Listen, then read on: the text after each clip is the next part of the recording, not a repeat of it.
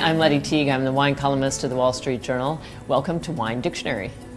Today I'm going to be talking about Sauvignon Blanc, one of the great grapes of the world. Well, Sauvignon Blanc is a grape that originated in France, indigenous to the Loire Valley. The Loire Valley is about 2 hours south of Paris, and it's home to some of the greatest Sauvignon Blancs, not only in France, but in the world. But of course there are many places all over the world where Sauvignon Blanc is grown, probably most famously to a lot of people in New Zealand, but also California, Australia, Spain, Italy. It's pretty much, you name the country, Sauvignon Blanc is grown there at this point.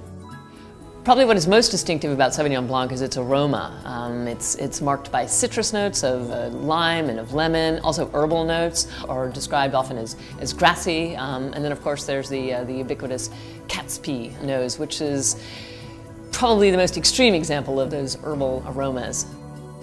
Sauvignon Blanc isn't just aromatically distinctive, it's also notable for its very bright acidity. It's, to some people it's sort of the anti-Chardonnay. It's a wine that's very light, very bright, has a great natural acidity, and at its best is quite vibrant.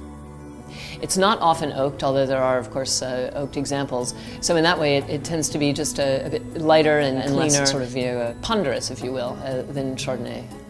One of the reasons that Sauvignon Blanc is particularly popular is that there are a lot of really attractive examples at very good price points. You can get a good Sauvignon Blanc for $15. So Babbage is a good example of a well-priced New Zealand Sauvignon. It's from Marlborough, which is where all the famous New Zealand Sauvignons come from. It's a very solid wine. It's very bright, very clean. It has the trademark acidity of a good Sauvignon.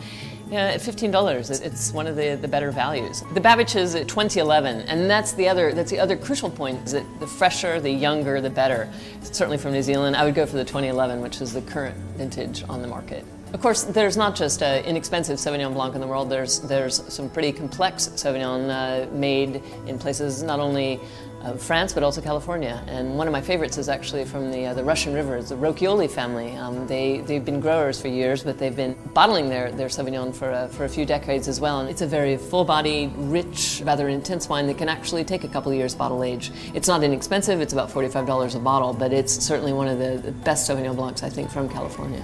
So the best food pairings with Sauvignon are what you might imagine would go with a crisp, dry, bright white wine, which is essentially to say fish. Lighter on the lighter side, oysters are terrific. Shellfish in general are great. Sauvignon Blanc is a great aperitif. It's bright and fresh and lively, and because it has such great acidity, it really whets your palate. You know, so it's a great palate stimulant.